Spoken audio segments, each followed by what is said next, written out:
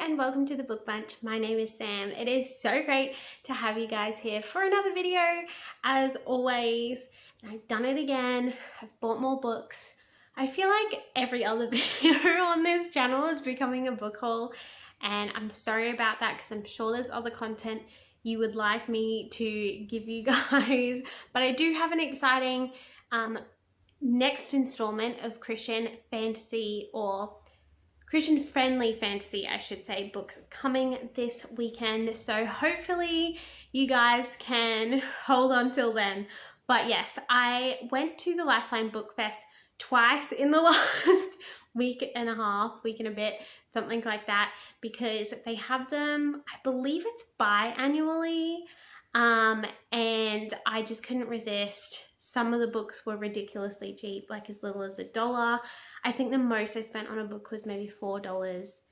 And yes, I got a lot. I now have a huge collection of Stephen Lawhead because I haven't actually ever read one of his books, but from you guys in the Christian community, I've heard that he is a really good one to go for, and he normally does the more old school fantasy, which I'm really into at the moment. So yes, I got a bunch of that.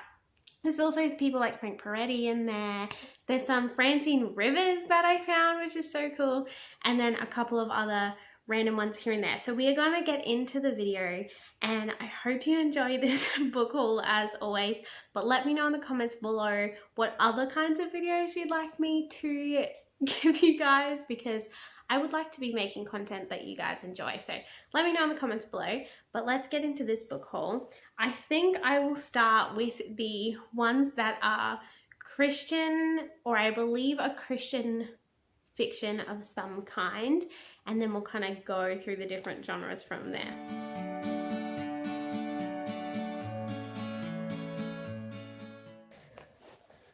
Okay, so I've got some Francine Rivers on the top here. I've got these two little novellas, which I didn't even know she had written any novellas, but they looked kind of cool. And this one is called The Priest, which is from the Sons of Encouragement series. And this one is The Warrior. I believe I've seen that you can get all of the novellas in like a group, like a single book bind, but I don't have that. So I've got these two novellas to start with. So I'm excited for that one. Let me know if you've read the Sons of Encouragement book, because I'm really interested to know if it's any good. Then I got The Shack, which I don't know how much I will love this. I have seen the movie. I had kind of mixed feelings about it, but I thought I'd give the book a chance because it was like $1, and I figured I might as well see what it's actually like. Then I found this other book called Angel Walk by someone named Roger Elwood. I have never heard of this person before, but the cover gave me strong Frank Peretti vibes. Like, look at that. Can you not tell me that that looks like it's meant to be with This Present Darkness? So again, I picked it up. Let me know if you've heard of that or him as an author at all.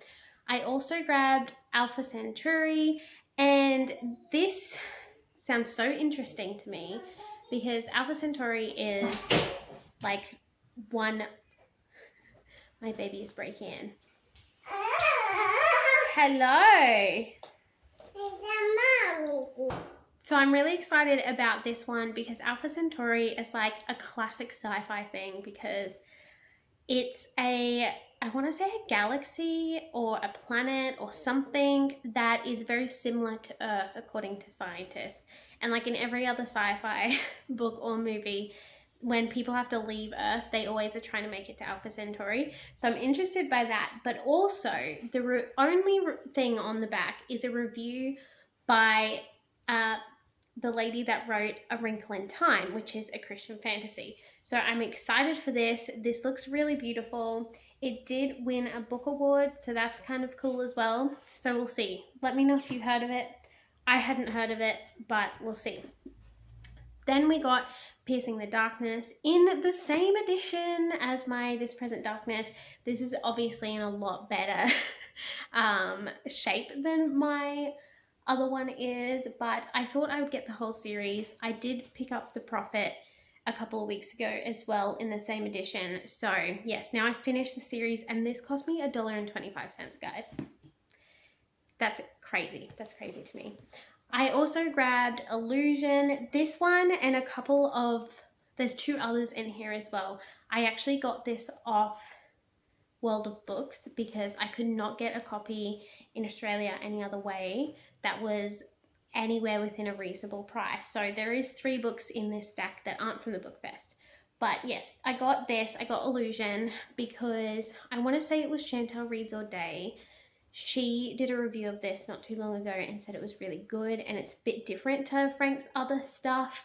It's a bit more sci-fi-y, so I'm really looking forward to that one because when she reviewed it, it sounded amazing. More Francine Rivers. I grabbed The Last Sin Eater, which I believe is a standalone. Please correct me if I am wrong. Again, I know nothing about it, but it was a Francine Rivers and it was like $1 something. So I picked it up.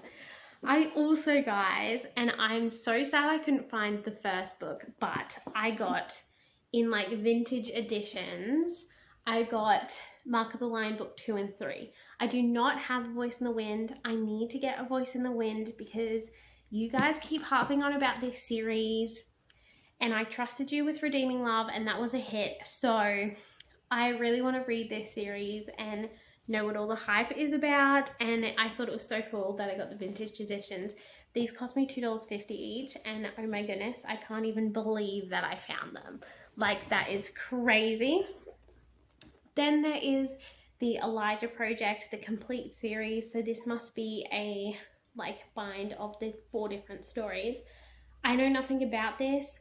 I've heard of Bill Myers before, but don't really know much about this series. It looks kind of cool. It looks a bit like maybe middle grade fantasy, maybe a little bit older than that, but I was willing to give it a go because it was so cheap. It also says that it's written with James Riordan, which sounds familiar to me, but I also don't know if I'm getting confused with a different author. So let me know if you've heard of that. Then, guys, I'm so happy I found this. This is the Nativity Story, which was on my Christmas to read list, but I could not get a copy here in Australia for anything cheaper than $90. $90. And I was like, it doesn't matter how much I want a book, I cannot afford nor justify $90 on a book. So I kind of just resigned myself to never being able to get a copy. $2.50 at the book fest. I was so happy. Like, I feel like God put this into my lap because it was the only copy there. It's in pretty good nick, actually. It's a little dinged up, but still really, really good. And I cannot wait to read this at Christmas time. I am so thrilled about that one. And finally, for just general Christian fiction, is Edge of Eternity by someone named Randy Alcorn. Again, no idea what this is about. No idea if this is going to be any good. I do kind of like the cover though. It's kind of cool. And it was from Kurong, so that's how I know it's definitely Christian fiction. But yes, if you know anything about that or that author, again, let me know. So now we're going to move on to some fiction that's not Christian, but I still think will hopefully be good and okay. Got Dragons of a Fallen Sun, which is book 1 in the War of Souls. This is by Margaret Weiss and Tracy Hickman. I got this because one of you guys commented on a video and said I might like this because this is like clean Dungeons and Dragons. And I was very interested by that. So I thought I would pick up one of their books and see if I like it and if it does stand up to that. So yes, I picked this one up. It looks pretty decent. So excited to see how we go with that. Then I got book 1 and 3 of The Dark Tower. So if I'm correct, I only need book 2 and 4 now because I've got the last book in the series, which I believe is book 5. So I think I'm only missing 1 or 2 others. But yeah, I got book 1 and book 3. Very keen for this. It is one of Stephen King's only sci-fi. Well, I think it's his only sci-fi series. He has written a couple other sci-fis, but this was his only series. And I've heard very mixed reviews about this, and no Christian I know has read it, or at least done a review that I've seen. So I'm going to give it a go and tell you guys if Stephen King is a hit or miss kind of situation. And then I got the full series of The Wayfarer Redemption, which the titles sound like, and the blurbs sound like they might be kind of based off Christian beliefs or Catholic beliefs at least, but I have no idea if like she's pro-Christian stuff or against it, so this could go either way. But this is by Sarah Douglas. I can't remember if I heard from people to stay away from her or if she was okay. So let me know. I picked these up really cheap, so even if they're a no-go, I'm happy to trade them in. And there'll be like nothing, no ill will. So let me know if I should even risk reading Sarah Douglas books or not, because I will happily go off what you guys say. And now I'm going to do nonfiction, and then we're going to get into the huge Stephen Lawhead pile that I have grabbed. So first up is The Lost Ark of the Covenant. I have no idea if this is meant to be fiction or nonfiction, and I couldn't really tell by the blurb or like the inside cover or anything. So let me know if you've heard of this. This is apparently about some guy named Professor Tudor Parfitt and his extraordinary adventure of his 20-year quest to find the Ark, where others have tried and failed, and the revelation of what he found rewrites history. So there's that. Everyone said that it's a bit like Indiana Jones feel, but possibly more grounded in real life. So I don't know. Let me know if you've heard of it. It might be slanderous. I don't know, but it sounded interesting enough that I picked it up. Then there is The Reformation, which is this gorgeous little old edition of a Penguin book. Like, I didn't even know Penguin books came like this, but look at that. So yes, I'm super interested in learning about the Reformation, because obviously that was a huge deal in like Christian history, and like we wouldn't have the same kind of churches today if we didn't have the Reformation. So I'm really interested by that. On a completely unrelated note, I got a cookbook called The Huey Diet. I don't know if you guys know who Huey is, but I believe he's Australian, or at least he used to be on like Australian TV. He was this chef who was just about enjoying life more than anything else. Like, he made very hearty meals, and he was a lot of fun, really enjoyable to watch. And he was like, his shows, like his cooking show would be on like maybe 2 times a day at various times during the day. And when I'd be home from school, I'd watch his show, and I always really enjoyed it. So I grabbed his cookbook because I'm interested to see if his recipes are actually any good or if I like them. And then there is this old book that I got, which is a Greek lexicon, which I'm really interested in. It looks super cool. I've never had a lexicon or used one before, but I am kind of interested in maybe dabbling in learning Greek and Hebrew to know my Bible a bit better, and I thought I'd pick it up because it's $2.50. And then there is Max Lucado, When God Whispers Your Name. There is a book called Jesus, which is a compilation of different things about God, the different like facets of Jesus, and there's some really notable writers in here. For example, John MacArthur, Max Lucado, Charles Swindoll, Billy Graham. So I was like, that sounds like an awesome compilation. I also grabbed this book, which it's held together by a rubber band. This is called An Outback Marriage. I always say that funny, An Outback Marriage. And it is a story of Australian life by Patterson, and he wrote The Man from Snowy River, which is like an iconic Australian poem story thing. And yeah, this is like a super vintage edition of like married life, and I don't know if it's meant to be like fictional or non-fictional, or if it's meant to be like a satire or something, but we'll see. I also got this old edition of Morning by Morning by Charles Spurgeon, which looks so cool. I actually really love this, and I also like on here, it has printed on it that it was originally $1.95. So like, I kind of paid what they would have paid back then for it, whoever originally bought it, but it probably would have cost them more because $1.95 back then probably was expensive. And finally, for nonfiction, I got 2 Billy Graham books. One is one of his books, which is How to Be Born Again. And then this one is like part of a biography or something about him,